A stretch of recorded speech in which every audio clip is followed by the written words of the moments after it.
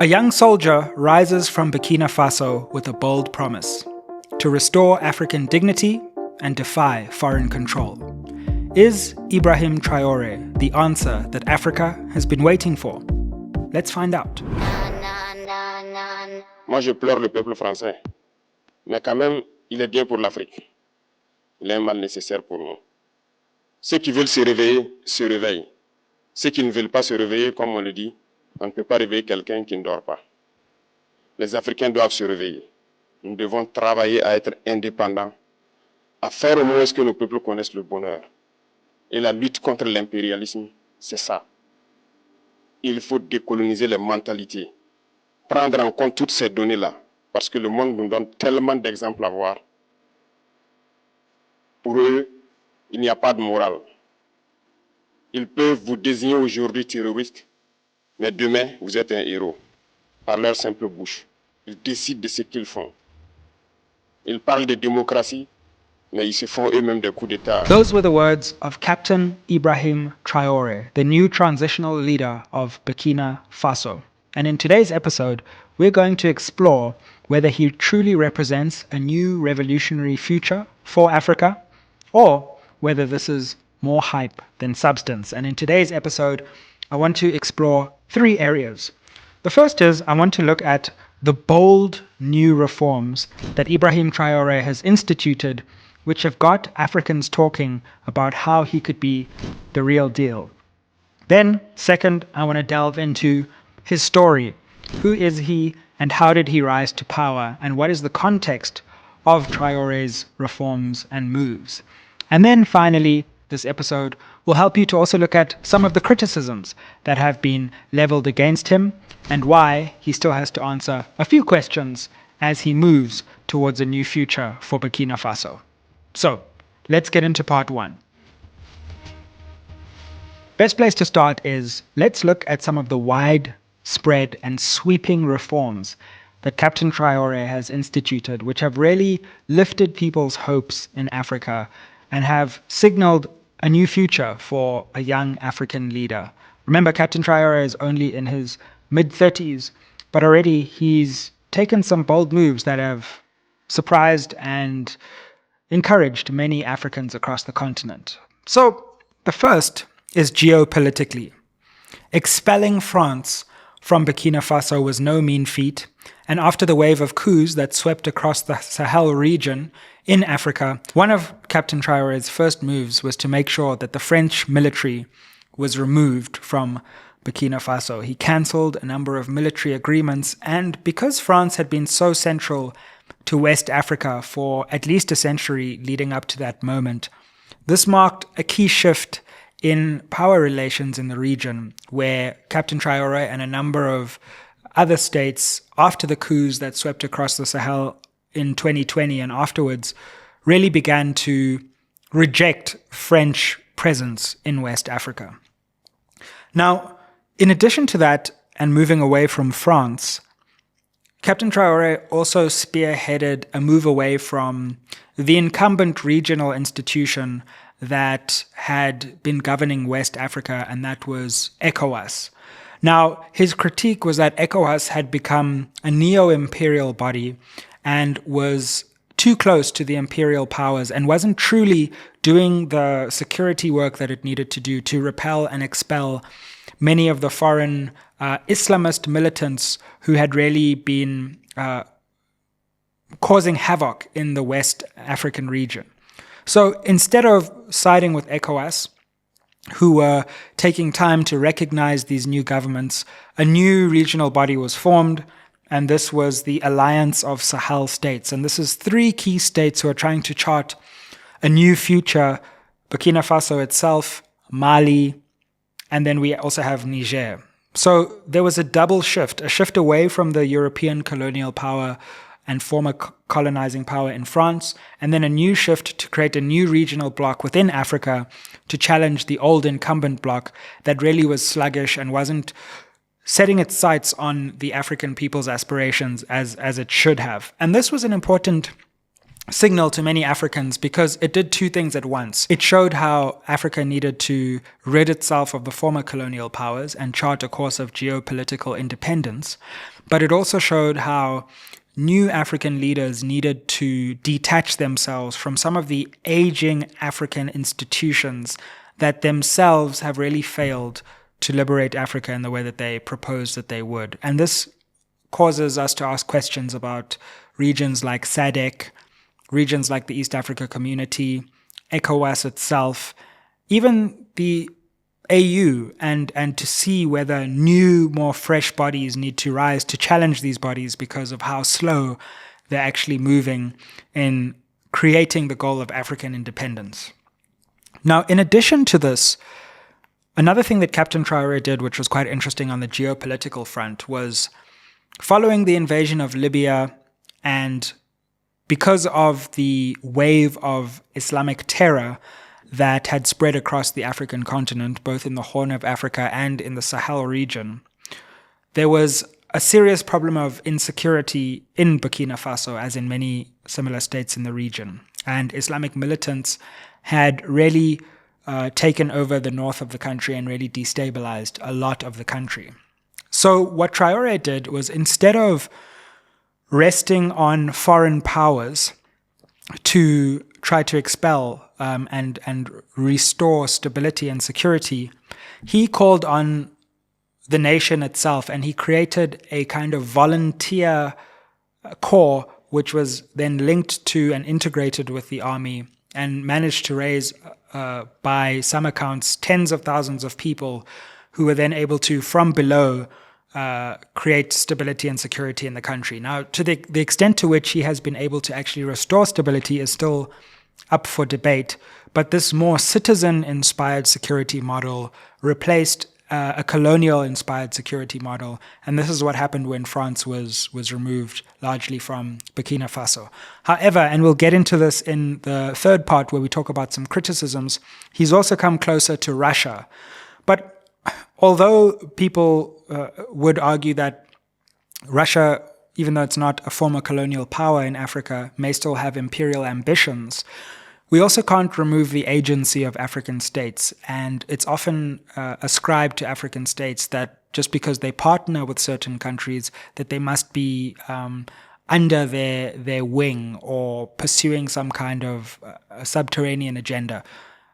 But I'm not so sure that Captain Traoré's move towards Russia represents Russian imperialism in Africa. Rather, it seems to be an attempt to gain flexibility and to choose which of the great powers to ally with, which will still retain the most flexibility for Burkina Faso itself. But we'll get into that more when we talk about the criticisms, because Russian influence in Africa is something that we do need to think about as Africans charting a course for independence, even if Russia is different to former colonial powers, and China as well. Now, let's talk about some of the economic reforms as we're still on part one, because this is quite something. Burkina Faso has a number of minerals, foremost of which is gold, and the question of how the mineral wealth of Burkina Faso would be appropriately shared has been a key question dating back to the time of Thomas Sankara and the independence of Burkina Faso. Now, what Traoré has done is quite sweeping because he's taken control in many ways of Burkina Faso's resources, especially when it comes to questions of agriculture and minerals. Firstly, the government has identified key and strategic mines, and it has taken an ownership stake in some of those mines.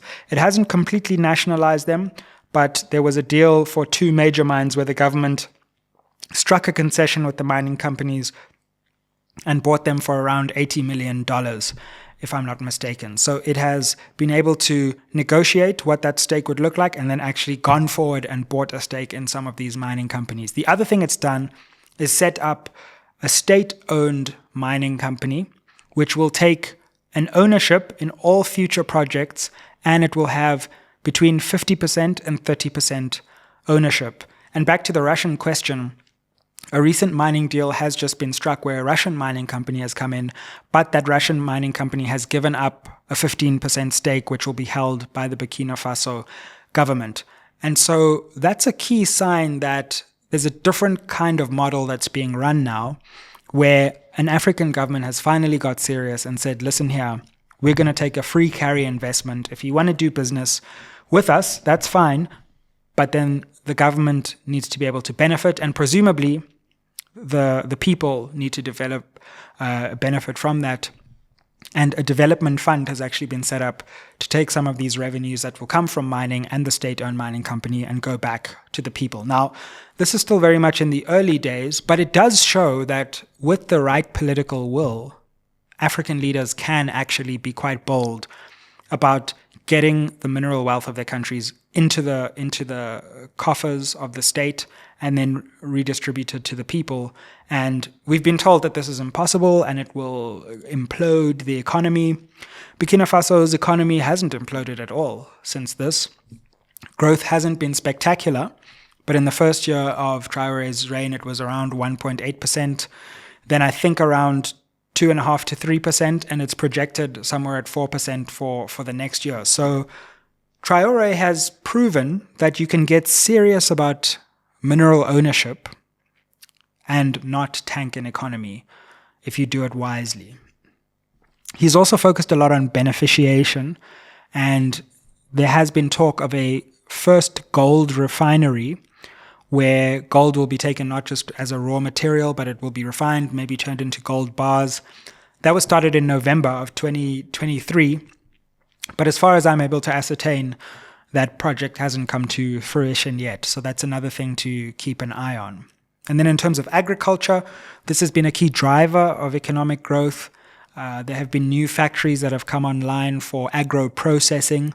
And so clearly these two industries, which are so key to any African economy, the agricultural industry and the minerals industry, have undergone something of a revolution. And Captain Traoré has basically just been like, you know what?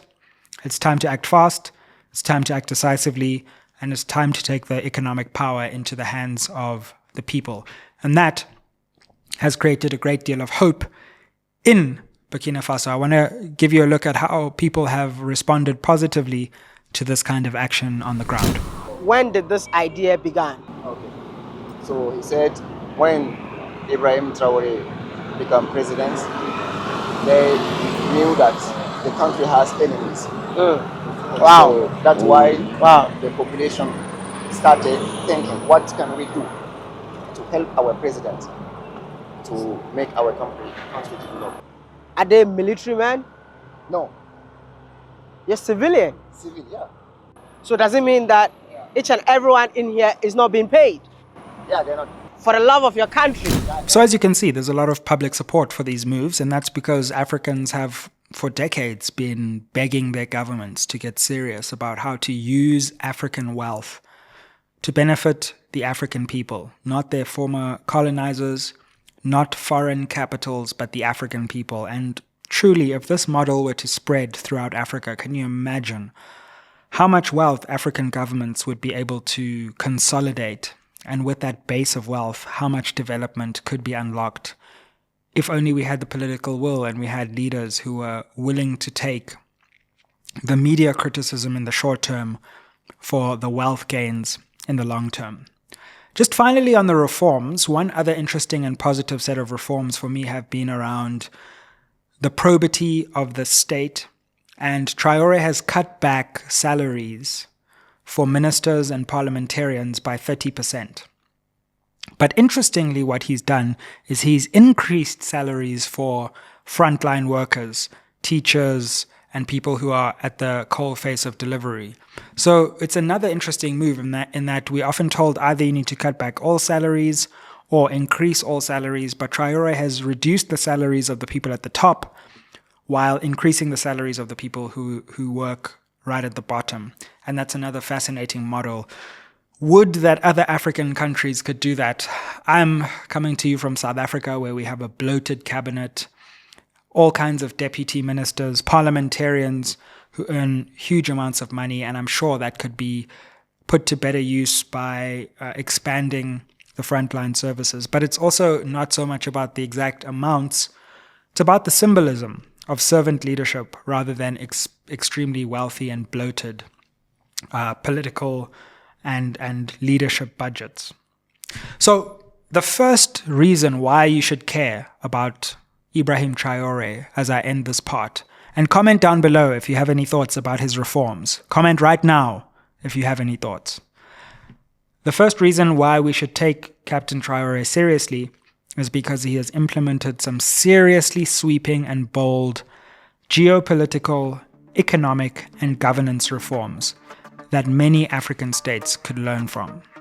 Now, we've spoken about his reforms. In part 2, I want to talk about who he is and the context in which his rise emerged. Right, so let's talk about who Ibrahim Traore actually is. And the first thing that many people haven't noticed, his name, Ibrahim Traore, is a Muslim name. And because he's an African leader, many people don't see him as a Muslim leader. But I've heard some people suggest that he's maybe the most important Muslim leader in the world today, world leader right now.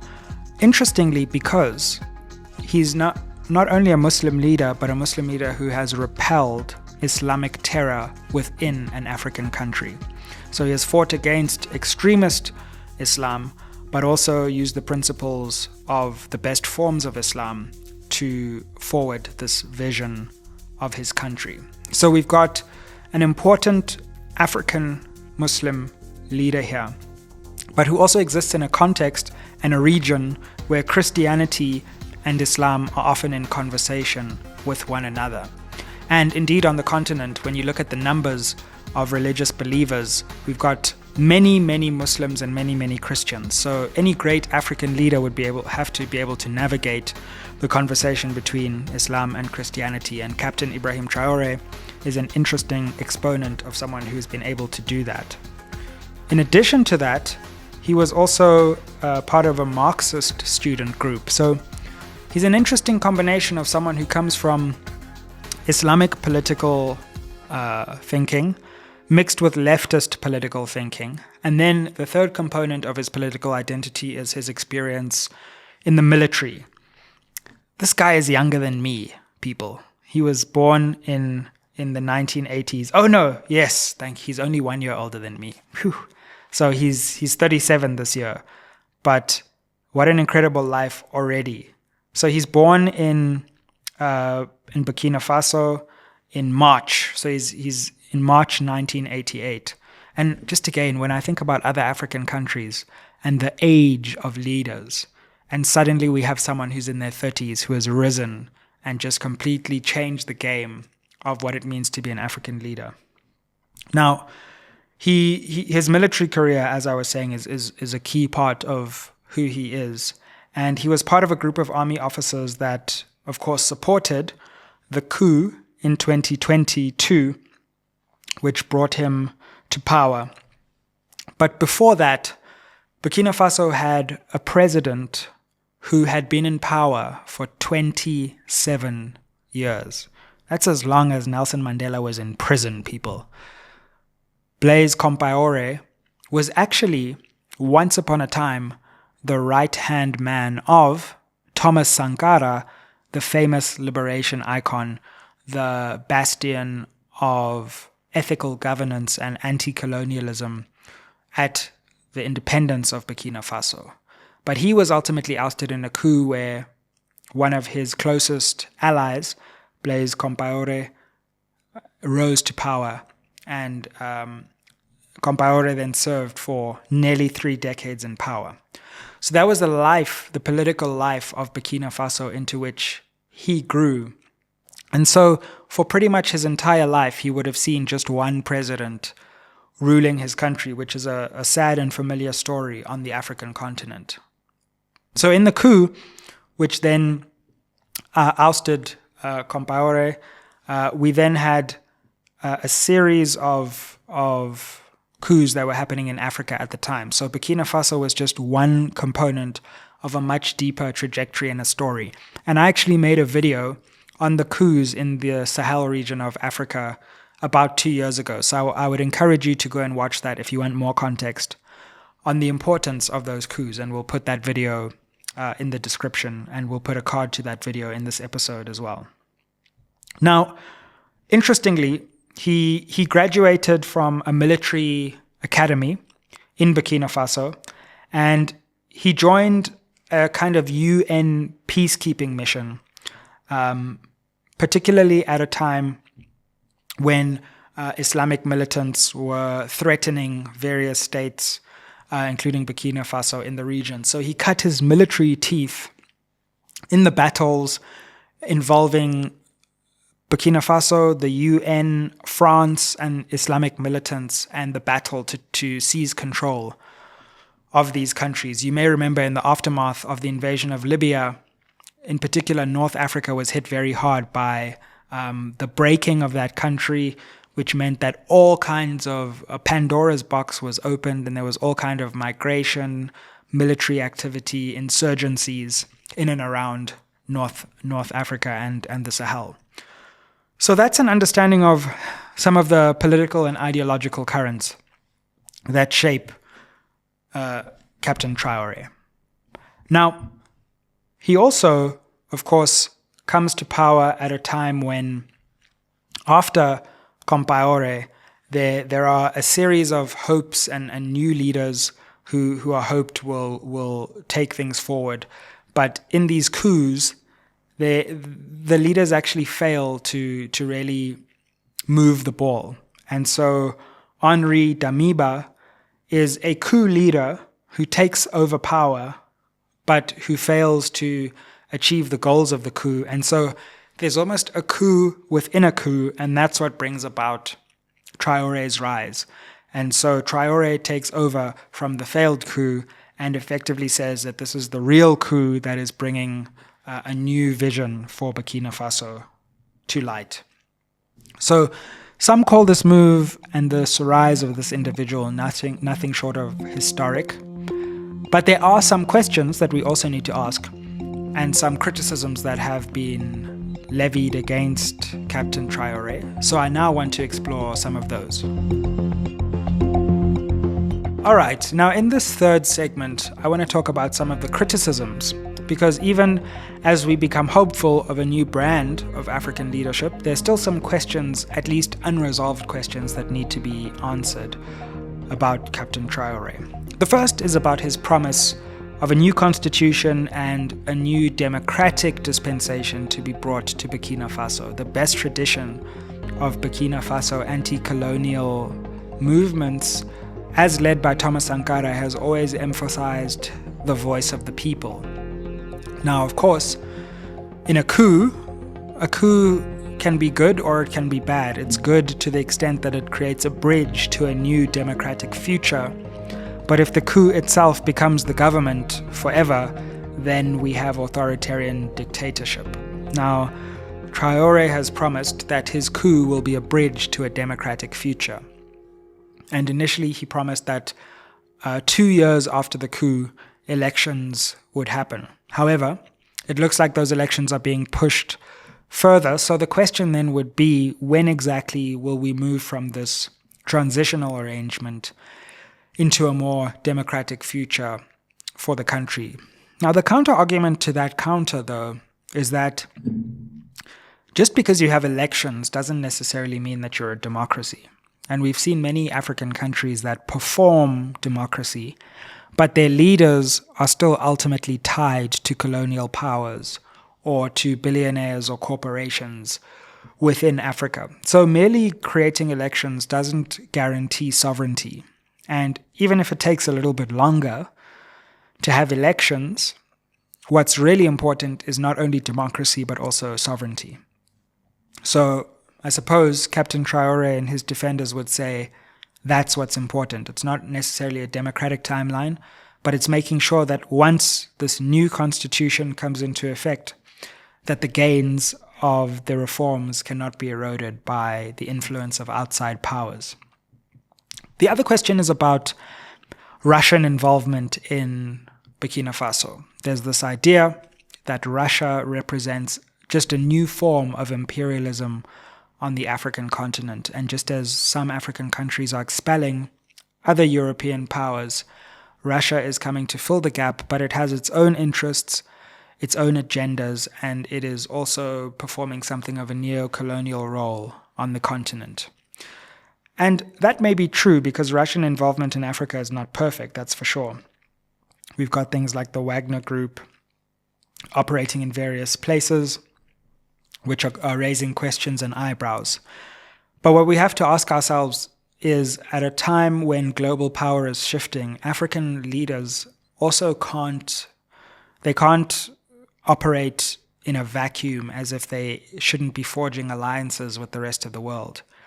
So the only question in my mind is not whether alliances should be formed, but with whom and when those alliances should be formed and what agency is being used to form those alliances. And in my view, to be quite frank, Captain Traoré is using his leverage with gaining a new international power through Russia to create flexibility for his own reforms in Burkina Faso. And if he's going to be pursuing an anti-imperialist foreign policy, an anti-neo-colonial foreign policy, he needs at least some allies to help him out with that. So I'm not fully sold on the anti-Russian rhetoric. That doesn't mean that I think Russia's role in Africa is always perfect or in the world is perfect, but it means that I think African leaders sometimes have to make choices about who they think the lesser evil is in partnering with. And we've already tried for a very long time partnering with former colonial powers, and we've seen how far that has got a lot of African economies. So now I'm not convinced that the Russian critique is a deal breaker for those who are supporting Traoré. But it's an unresolved question, and it's something that needs to be monitored and watched going forward. A final set of criticisms is that he has cracked down on dissent in his own country and has been hostile to foreign media and foreign journalists. The last part I'm not too worried about, because I think there is a real reason why you might expel colonial media if you're running an anti-colonial project. But the crackdown on dissent of those who oppose the government or the limitation of free speech within the country is something that I think is a concern and something that should be closely monitored and closely watched. Having said that, the opponents of Traoré have overblown a lot of these things. And also there has been a legitimate number of assassination attempts on Traoré. So it's not as if he's operating in this vacuum where there aren't also threats on his life. There's a very live and a very serious security situation. So this is not a liberal democracy right now where the most violent thing that happens is a peaceful protest. This is a war zone in many ways, a zone in which the Captain Traoré's personal safety is under question. And in those contexts, you can imagine limitations of certain freedoms that go beyond the normal democratic context. So having said that, and to conclude, although there are some criticisms, and there will always be critiques of leaders and what they do, the coup itself and whether that was the appropriate means to bring about a democratic future, all in all, I believe right now, as I sit analyzing on this video, that Captain Traoré represents a profoundly interesting and important shift in African leadership. And although there may be many obstacles in the road ahead, and there have been many false dawns on the African continent, Captain Traoré's young, fresh, innovative, fearless leadership style is shaking up the African continent. It is shedding old ways, starting new ways. And I believe that Captain Traoré is the one leader on the African continent right now to watch. Thank you for watching this episode. Please help us if you enjoyed this episode in the following ways. Comment down below with your views, whether you agree or disagree. Buy some merch. You can get yourself one of these nice SMWX hoodies. Subscribe to the channel. Help us reach our next milestone of 250,000 subscribers. And if you think more people need to learn about Ibrahim Traoré and what he's doing in Africa, share this video with your friends, your colleagues, your fellow students, and make sure that we send some waves across the internet. Thanks for watching. Keep it locked on SMWX and see you on the next one. Aye.